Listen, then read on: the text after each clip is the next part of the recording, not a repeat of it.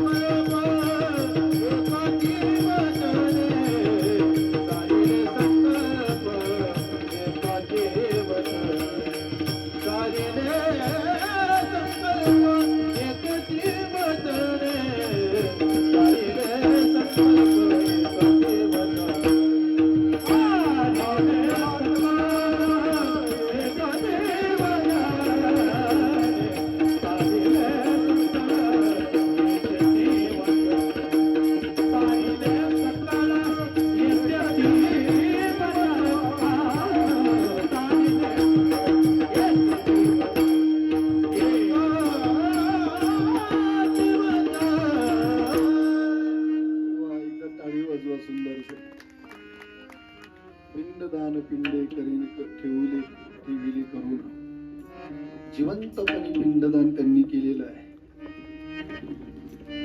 मरणपूर्व एक पिंडदान आहे आणि एक मरणोत्तर पिंडदान आहे.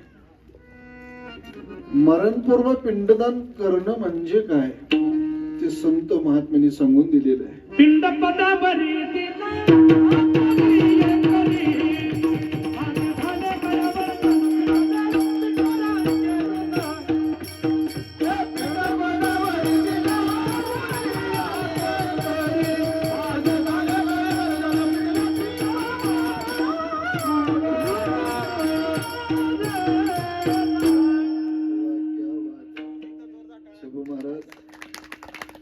वयाच्या मानानं किती सुंदर आवाज आहे तुमचा, टिकून ठेवला आवाज. पिंडपदावरी दिला फुले करी माझे झाले गयावर जन फिटले पितरांचे ऋण. मरणपूर्व पिंडदान आणि दुसरं मरणोत्तर पिंडदान आहे. मरणपूर्व पिंडदान आमच्या संत महात्म्यांनी सांगितले, देह समर्पी जे देवा भार काहीच न घ्यावा, होईल घवा तुका म्हणे आनंद. युक्ताहार विहार नेम इंद्रियासी सार नसावी बासर निद्रा बहुभाषण. मला सोमनाथ भाऊनी दोंडीराम बाबांचं थोडं 5-10 मिनिटांमध्ये चरित्र सांगितलं की देह सोडत असताना सुद्धा त्यांच्या दृष्टीसमोर विश्वगुरु निवृत्तीनाथ महाराज होते. मला असं वाटतं याच्यापेक्षा दुसरी काय अवस्था होती. अंतकालीच मामे वक्स्मरण मुक्त वकले वरम य प्रयाती सम्मत भावम यती नसते तर संशय. तुका मने सुका पार नाही,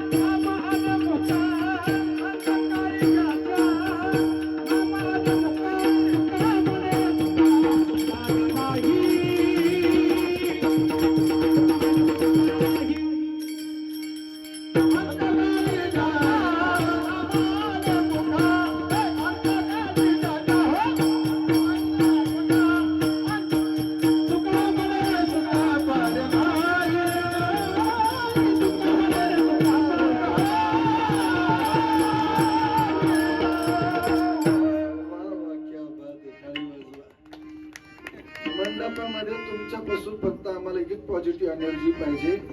जेव्हा जेव्हा तुम्हाला चांगलं वाटलं तेव्हा फक्त हाताने टाळी वाजवायची.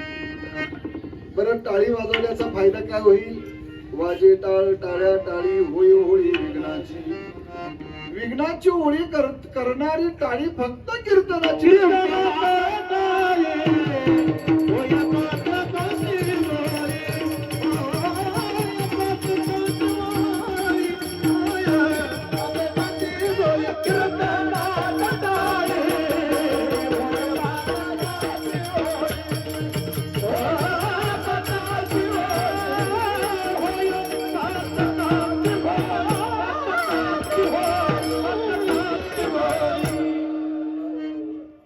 जुगाड जमलं बघ सोमनाथ.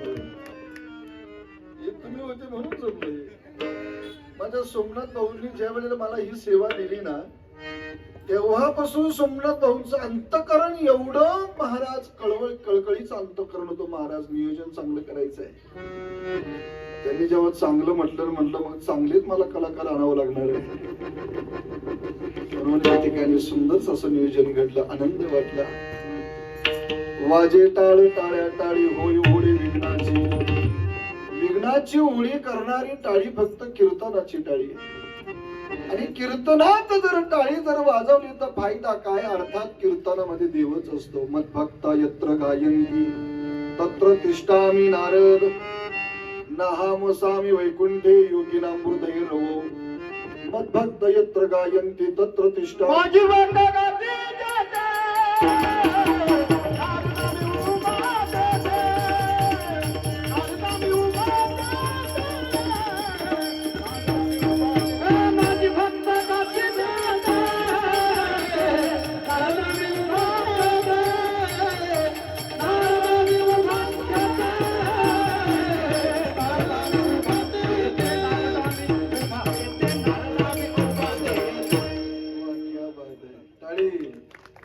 बसल्या बसल्या तुम्ही तेवढं कराय. बरोबर. माझे भक्त गाती जिंदे नारदामी उभा देते. बरं महाराज ताई, माझ्या बहिणींना मी तुमचा भाऊ म्हणून सांगतो, का तुम्ही टाळी वाजवली पाहिजे कीर्तनामध्ये? कारण लक्ष देऊ नये का, कीर्तनामध्ये वाजवलेली टाळी कधी वाया जाणार नाही. बाबा, महत्वाचा विषय. कीर्तनामध्ये वाजवलेली टाळी कधी वाया जाणार नाही. कुत्र्याला दिलेला घास कधी वाया जाणार नाही. गाईला भरलेला घास कधी वाया जाणार नाही. तुळशीला टाकलेलं पाणी कधी वाया जाणार नाही. सूर्याला दिलेलं अर्घ्य कधी वाया जाणार नाही. माझ्या पांडुरंगाची विश्वगुरु निवृत्तीनाथांची केलेली सेवा कधी वाया जाणार नाही. आणि वैष्णवांना दिलेलं अन्नदान आयुष्यात कधी वाया जाणार नाही. ही गोष्ट लक्षात ठेवा. धोंडीराम बाबांनी शेवटच्या श्वासापर्यंत विश्वगुरु निवृत्तीनाथांचं चिंतन करता करता देह सोडलेला आहे. निष्ठावंत वारकरी, भोळे बाबडे मार, भोळे भाविक जुनाट चांगले, असं व्यक्तिमत्व म्हणून अभंग सुद्धा त्यांना शोभून दिसतो. प्रकाश बाबा, मला असं वाटतं की या मृत्यू लोकामध्ये मूर्ख, मुमुक्ष आणि मुक्त तीन प्रकारचे वर्ग आहे. मूर्खामध्ये दोन वर्ग आहे, पामर आणि विषय. मुमुक्ष मध्ये तीव्र मंद आणि मुक्तामध्ये विधी मुक्त आणि जीवन मुक्त आहे. पण आजच्या अभंगामध्ये जगद्गुरु तुकोबा तीव्र साधकाची अवस्था बोलत आहे. काहीच आवडत नाही जगामध्ये त्याला. देव भेटीच्या व्यतिरिक्त या जगामध्ये दुसरं काहीच आवडत नाही. त्याला तीव्र साधक असं म्हटलेलं आजच्या अभंगामध्ये. स्वर्गाचं सुख जरी त्याच्या समोर आणून ठेवलं ना तरी तो नाही म्हणतो. ज्ञानोबराय बोलतात, पै भव स्वर्गा उबगले मुमुक्षयोग ज्ञाना वळगले पुढती नयोगिया निघाले पैजा जेथ. भव सुखाच्या स्वर्गाचं जे उबगलेले त्याला तीव्र साधक असं म्हटलेलं आहे. अर्थात त्या साधकाची तळमळ कशी असते बोलू तुम्हाला. कशी तळमळ असते. एखादी कन्या सासरच्या दिशेने निघालेली आहे आणि तुकोबाला त्या वेळेला सुचलं, प्रकाश बाबा, कन्या सासुराशी जाय. वा वा वा. कन्या सासुराशी जाय.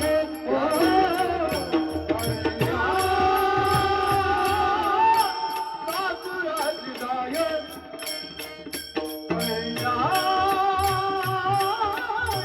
सासुराशी जाय.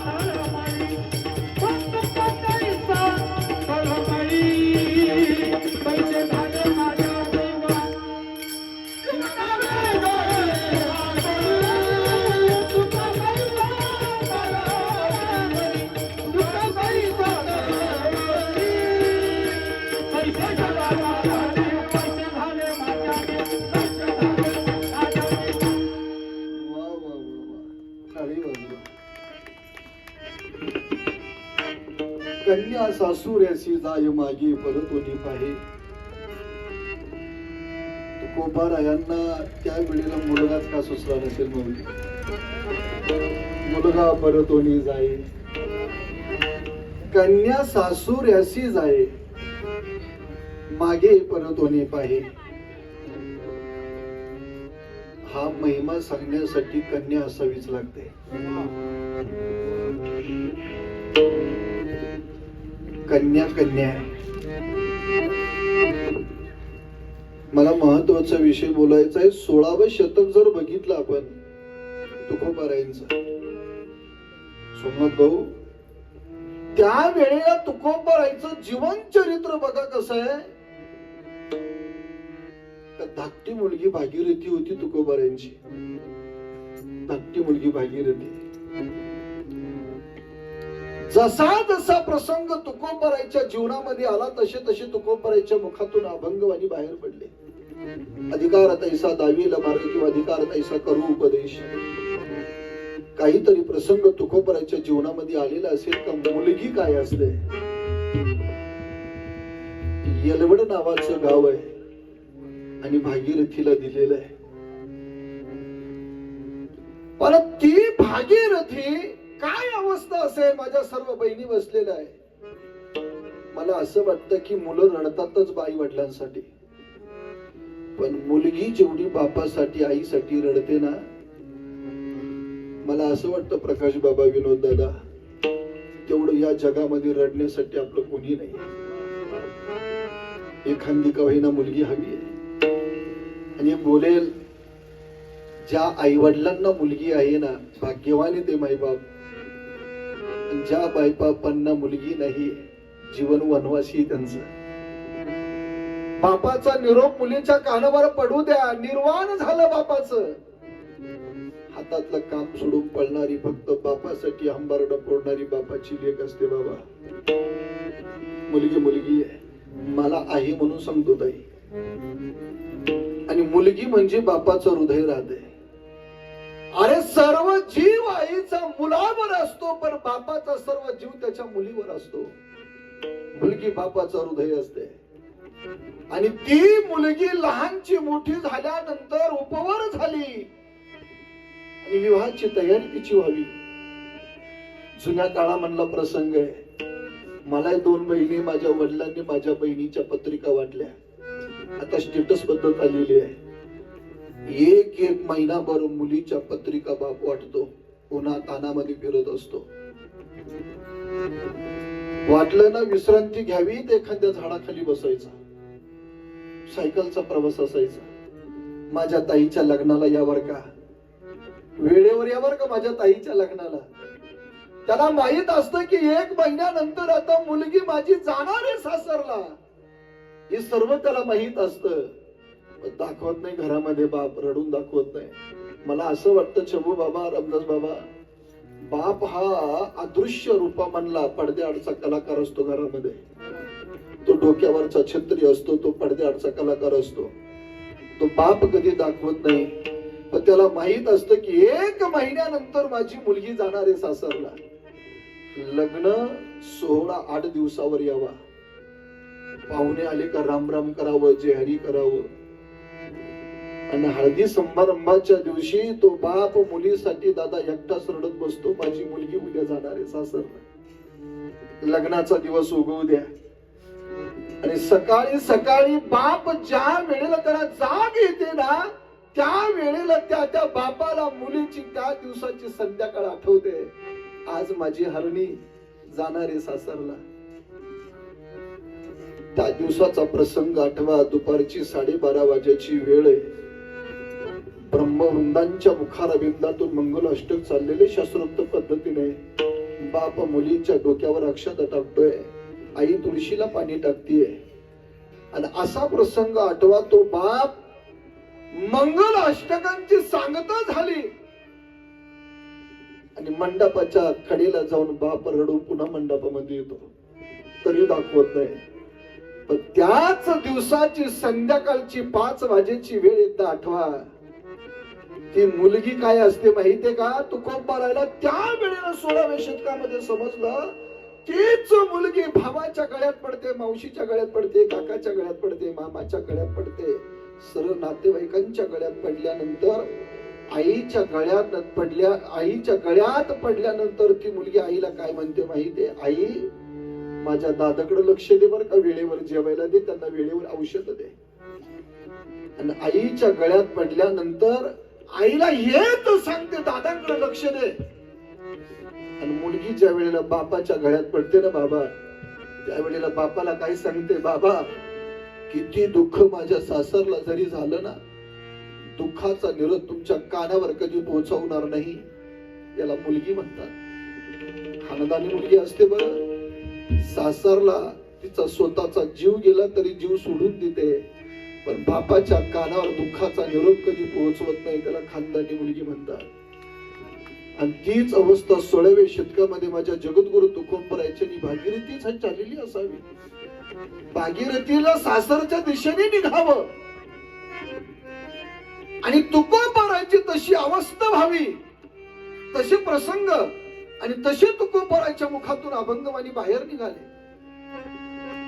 ज्या वेळेला बापाच्या गळ्यात पडून मुलगी ज्यावर गाडीत बसते आणि गाडी डोंगराच्या आड जावी आणि त्या मुलीचं लक्ष आई वडिलांकडे राहावं आणि आई वडिलांनी त्या मुलीकडे बघावं.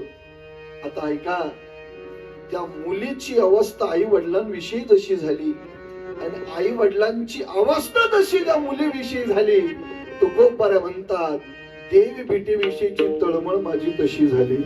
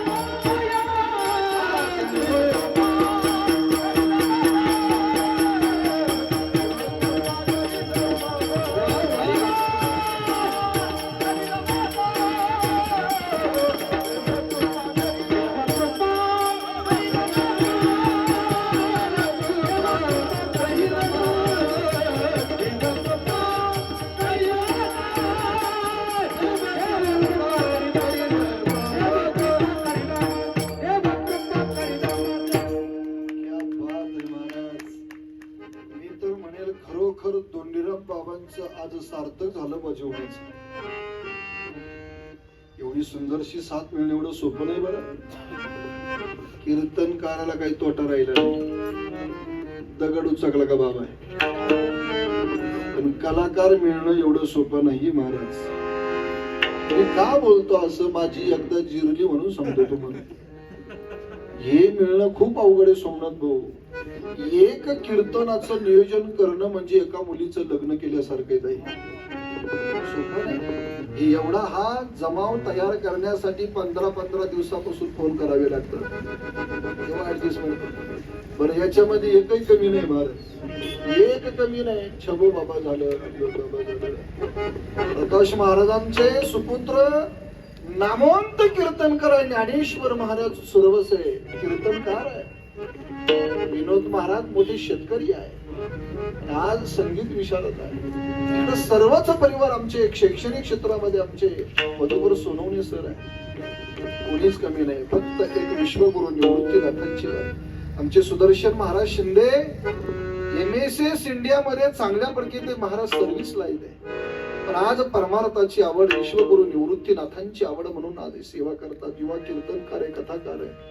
मला एकच बोलायचंय दादा, जशी त्या कन्येची तळमळ आई वडिलांविषयी जशी होते, माझ्या माई बहिणींचा जसा विरह अंतःकरण दाटून आलं, तसं देव भेटी विषयीची अंतःकरण स्थिती अशी झाली पाहिजे.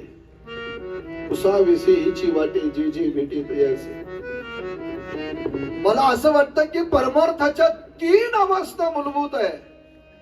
देव भेटण्याच्या अगोदर देव भेटावा पूर्व रागाची भूमिका आहे. देव भेटल्यानंतर जी अवस्था ती मिलन रागाची भूमिका आहे. आणि देव भेटल्यानंतरही कधी कधी विरह होतो, त्याला विरह रागाची भूमिका म्हणतात. जशा जन्माच्या 3 अवस्था आहे दादा, बालपण अवस्था, तरुणपण अवस्था आणि म्हातारपण अवस्था, तशा परमार्थामध्ये पूर्वराग अवस्था, मिलनराग अवस्था आणि विरह रागाची अवस्था आहे. वयाचं बालपण जसं संस्काराने शोभावं, तर त्या बालपणाला काहीतरी अर्थ आहे. वयाचं तरुणपण कीर्तनाने शोभावं, तर त्या तरुणपणाला काहीतरी अर्थ आहे. आणि वयाचं म्हातारपण जर भजनाने शोभत जर नसेल, तर त्या म्हातारपणाला काही अर्थ नाही. वयाचं बालपण संस्काराने शोभावं म्हणून संस्थेमध्ये विद्यार्थी ज्या वेळेला अभ्यास परिधान करत असतो, ग्रहण करत असतो, पंचलक्षणाने तो परिपूर्ण होत असतो. काकचेष्टा भकोध्यानम शिवानिद्रा तथैव चल्पहारी ग्रहत्यागम विद्यार्थिनीं पंचलक्षणम. बालपणामध्ये विद्यार्थी घडत असतो. वयाचं तरुणपण कीर्तनाने शोभत जर नसेल, तर त्या तरुणपणाला काय अर्थ आहे महाराज? तरुणा भाग्यवंत नटे हरी कीर्तनामध्ये नाचावं, आनंद घ्यावा, तर त्या तरुणपणाला काहीतरी अर्थ आहे. आणि वयाचं म्हातारपण जर भजनाने शोभत जर नसेल, तर त्या म्हातारपणाला काही अर्थ आहे. खरोखर माझ्या दोंडीराम बाबाचं जीवनाचं सार्थक करून घेतलं दोंडीराम बाबांनी. शेवटच्या श्वासापर्यंत विश्वगुरु निवृत्तीनाथांचा चिरत त्याला म्हातारपण म्हटलेलं आहे बाबा. नाहीतर काही लोक 100 वर्षाचं आयुष्य नाही हो, 95 वर्ष होतात, मरो टेकले शरीर, तरी स्वतःच्या मुखात तो शब्द निघतो, मला हॉस्पिटल मध्ये घेऊन जा, 4-5 सलाईन लावा. 95 वर्षानं काही केलं ना, तर 4-5 दिवसानं काय करणार आहे? बरोबर आहे का नाही? 95 वर्षामध्ये पवित्र तुळशीची माळाने विश्वगुरु निवृत्तीनाथांची पंढरीश परमात्म्याची वारी नाही, आणि 5 दिवसाने राहून आता काय करणार? काही लोक म्हणतात काय काशी करणार आहे? बरोबर आहे की नाही? म्हणून मला महत्वाचं बोलायचं आहे, बालपण संस्कार, तरुणपण कीर्तन आणि म्हातारपण भजन असावं. असं म्हातारपणामध्ये भजनामध्ये भजनप्रेमी आणि विश्वगुरु निवृत्तीनाथांची वारी अखंड चालू ठेवली दोंडीराम बाबांनी. मला एकच म्हणायचं आहे, तशी अवस्था माणसाची झाली पाहिजे. बरोबर रागाची भूमिका, देव भेटावा आईशी चिंता करी सदा सर्व काळ रात्रंदिवस हीची तळमळ, पूर्व रागाची भूमिका. मिलन रागाची भूमिका, संत दर्शनी हा लाभ पद्मलाभ जोडीला. आणि विरह रागाची भूमिका आहे, कधी कधी संयोग करता वियोगाची गरज असावी. एखादा माणूस पाहुणा म्हणून नुसतं एखाद्याच्या घरी जातच राहिला, त्याचा महिमा नाही कळत. 2 महिन्याने 3 महिन्याने जर तो पाहुणा जर गेला, तर त्याचा आदर सन्मान होतो. तसं माझ्या भगवंताने प्रकाश बाबा दाखवून दिलं या जगाला.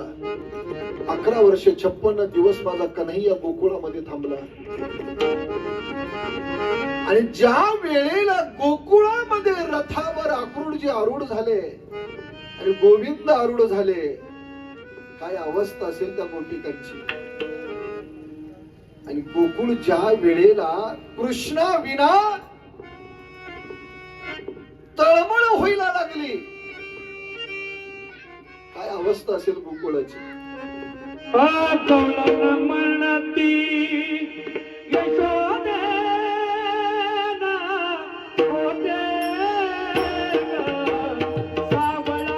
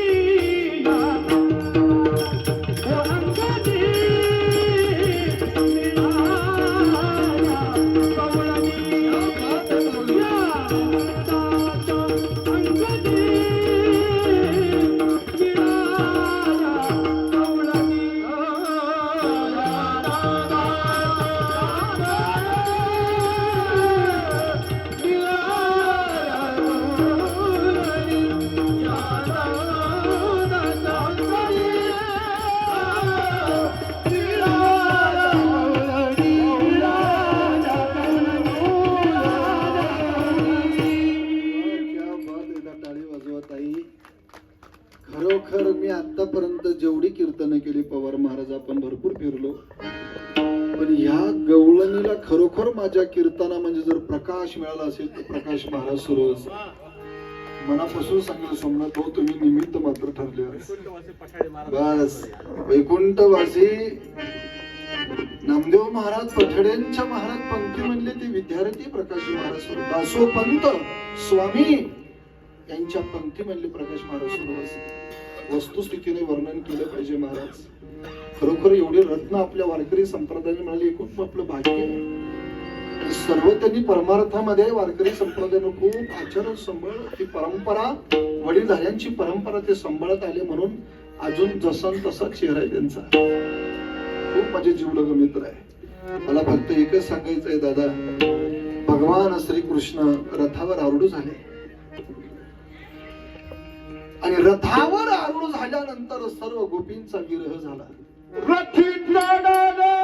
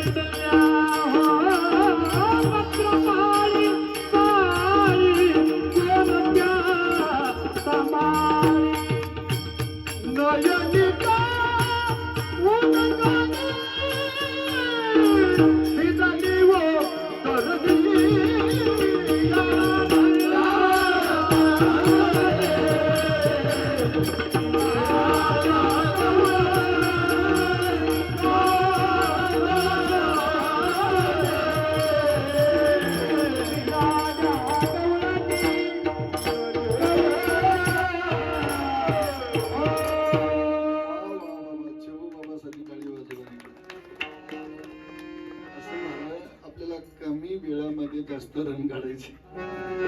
खूप सुंदर. रथी चढले वनमाळी एकांत गोकुळी. कसं आहे महाराज, तो माझा कृष्ण म्हणजे आकर्षित करणारा, चित्ताचं आकर्षित करणारा माझा कृष्ण आहे. त्याचं चरित्र कीर्तनामध्ये कथेमध्ये जेवढेला चालू होतं, भाविकांचं सुद्धा चित्त आकर्षित होत असा कृष्ण कृष्ण आहे महाराज. मी आतापर्यंत श्रीमद भागवत कथा अनेक ठिकाणी करण्याचा योग मला प्राप्त झाला. मला एकच म्हणायचं आहे, जीवनामध्ये येऊन ज्याला भगवान श्रीकृष्ण अर्थात यशोदा सूत भगवान कृष्णाचं चरित्र ज्याला आवडत नाही त्याच्या जीवनाचा धिक्कार करावा. ज्याला गोपी प्रिय भगवान कृष्णाचं चरित्र आवडत नाही त्याचा धिक्कार करावा. लक्ष देऊन ऐका मला काय बोलायचंय. जिला यशोदासूत भगवान श्रीकृष्णाचं चरित्र ज्याला आवडत नाही त्याचा धिक्कार करावा. गोपी प्रिय भगवान कृष्णाचं चरित्र आवडत नाही त्याचा धिक्कार करावा. कृष्ण लीला कथा ज्याला आवडत नाही त्याचा धिक्कार करावा. मी नाही बोलत, शास्त्रकारांचं म्हणणं आहे. श्रीमद् यशोदासुत पदकमले नास्ति भक्तिर्नराणाम् अभीर कन्या प्रिय गुण कथने नानुरक्त रसज्ञा श्रीकृष्ण लीला ललित रस कथा सादरम नैवम करणे. मृदुंग सांगतो ओंकार महाराजांचा. श्रीमद् यशोदासुत पदकमले नास्ति भक्तिर्नराणाम् येषां श्री अभीर कन्या प्रिय गुण कथने नानुरक्त रसज्ञा येषां श्री कृष्ण लीला ललित रस कथा सादरम नैवम करणे. दिगतान दिगतान दिगतान कथयति सततं कीर्तनस्तु मृदुंगः. मृदुंग सुद्धा सांगतो. काय सांगतो? पखावज बोलतो आमच्या ओंकार महाराजांचा. यशोदासूत भगवान कृष्णाचं चरित्र ज्याला आवडत नाही त्याचा धिक्कार. गोपी प्रिय भगवान कृष्णाचं चरित्र आवडत नाही त्याचा धिक्कार. आणि ज्याला कृष्ण कन्हैयाच्या लीला आवडत नाही त्याचा धिक्कार. दिगतान दिगतान दिगतान कथयति सततम कीर्तन असतो मृदुंग. चाणक्य नीती सुद्धा धिक्कारच करते महाराज. धिक धिक गृहस्थाश्रम. धन्य गृहस्थाश्रम कोणाचा आहे?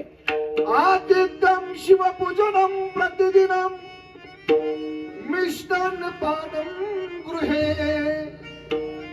साधो संगम उपासते सततम धन्य गृहस्थाश्रमः. त्याचा आश्रम धन्य आहे. ज्या घरामध्ये आतिथ्य पूजन आहे, शिवपूजन आहे, साधू संतांचं पूजन आहे, धन्य गृहस्थाश्रमः. मला एकच महत्वाचं बोलायचं आहे दादा.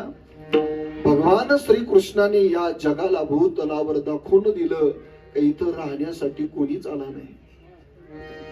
11 वर्ष 56 दिवस माझा कन्हैया गोकुळामध्ये थांबला. प्रभू थांबले. निघाले दादा अक्रूराच्या रथावर. किती रडली सोमनाथ भाऊ. राधा नावाची गोपिका मूर्छित पडली. रथाच्या खाली पडलेली मूर्छित होऊन. आणि भगवान श्रीकृष्ण ताई रथाच्या खाली उतरले. राधेचा हात धरला. राधे उठ. आणि हात धरल्यानंतर जावं लागेल राधे. आणि ही मृत्यूलोक आहे. जो आला तो जाणार. थांबण्यासाठी इथं कोणीच आला नाही हे दाखवले प्रभूने. राधा नावाची गोपिका हात सोडायला तयार नाहीये. ऐका इतकं महत्वाचं बोले सुदर्शन महाराज. भगवान श्रीकृष्णाने राधा नावाच्या गोपिकेच्या हाताला झटका दिला आणि प्रभू रथावर आरूढ व्हायला निघाले. त्यावेळेला राधा नावाची गोपिका काय म्हणतीस प्रकाश महाराज? प्रभू हाताला झटका देऊन जाण्यामध्ये काय पुरुषार्थ आहे? प्रभू कन्हैया तू माझ्या हृदयातून जाऊन दाखव. खरा तुला पुरुषार्थ मानवत. ऐका इतकं महत्वाचं आहे. एक सुभाषित आहे प्रकाश महाराज. हस्तम उत्क्षिप्यातोसी बलात् कृष्ण किमद्भुतम हृदयादि निर्याशी पौरुषम गमयामि ते. हाथ छोड़कर जावत है दुर्लभ जानत मोय मेरे हृदय से प्रभु जाय मर्द कहावे तोय. माझ्या हृदयातून तू जाऊन दाखव. खरा तुला पुरुषार्थ समजेल. यालाच भक्त असं म्हणतात. साठविला हरी जी हृदय मंदिरी त्यांची सरली रझार झाला सफल व्यापार. आणि अशाच पद्धतीने धोंडीराम बाबांचं जीवन आहे. शेवटच्या श्वासाला नाथांचं दर्शन, नाथांचा चेहरा डोळ्यासमोर ठेवून आपल्या स्वतःच्या मुलाला वारीला पाठवावं. आणि मुलगा वारीहून येत असताना दादा धोंडीराम बाबांचं निर्वाण व्हावं. मी तर म्हणेल त्यांना भावपूर्ण श्रद्धांजली वाहण्याचा सुद्धा अधिकार नाही. भावपूर्ण आदरांजली समर्पित करावी. असं जीवन ते जगले म्हणून म्हणावं असं वाटतं. विरह रागाची भूमिका आहे.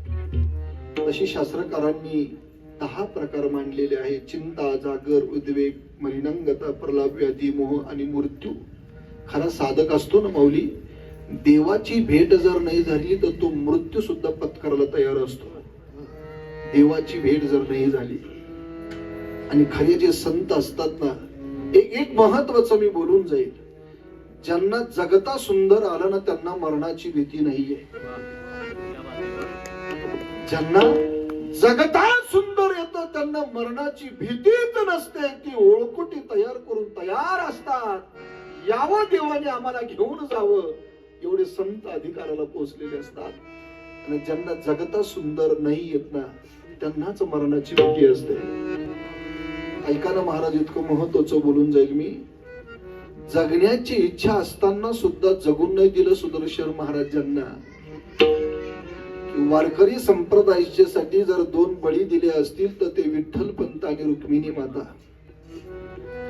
जगण्याची इच्छा असताना सुद्धा जगाने जगून नाही दिलं.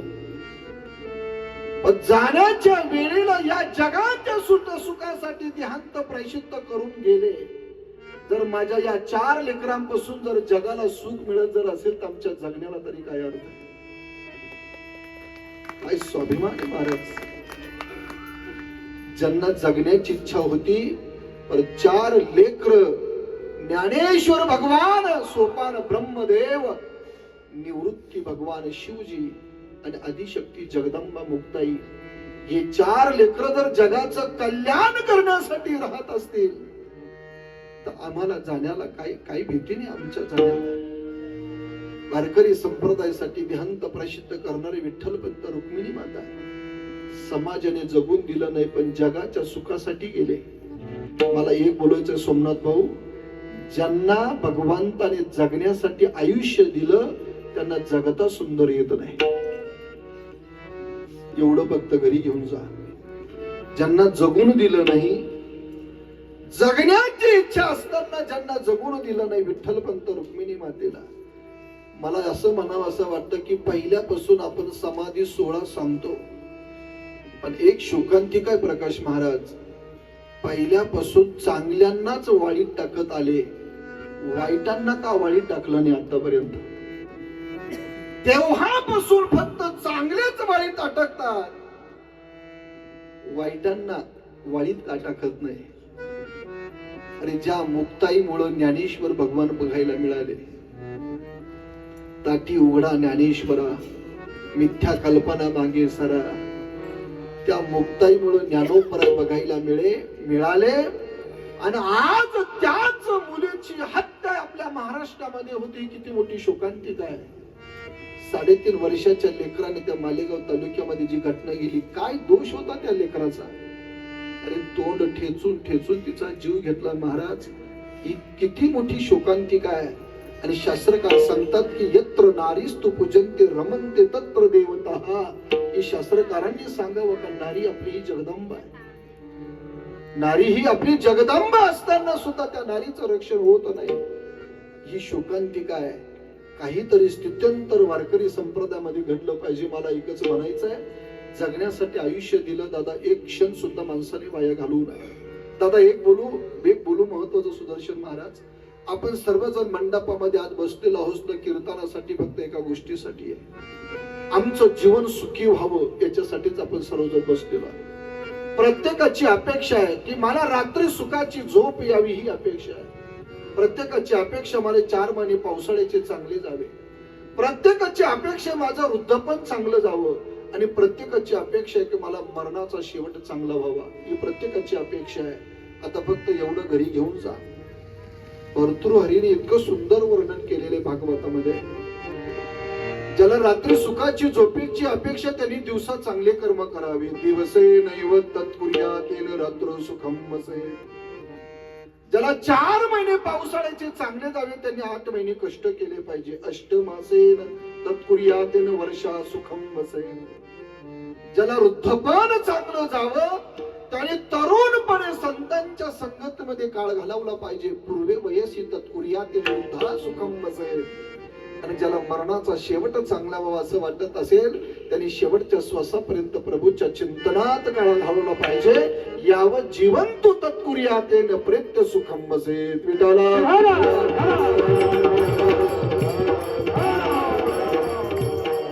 भगवंताने आपल्यावर कृपा करो अगर ना करो, पण त्या प्रभूच्या चिंतनात आम्ही जर काळ जर घालवला तर चिंतने नासतसे चिंता, चिंतने सर्व कार्य हाता, चिंतने मोक्ष सायोजता घर शोधित असे. किंवा चिंतन चित्ताला लावी मनाच्या मनाला, उन्मनीच्या मुखात पांडुरंग भेटी देत. विठोबा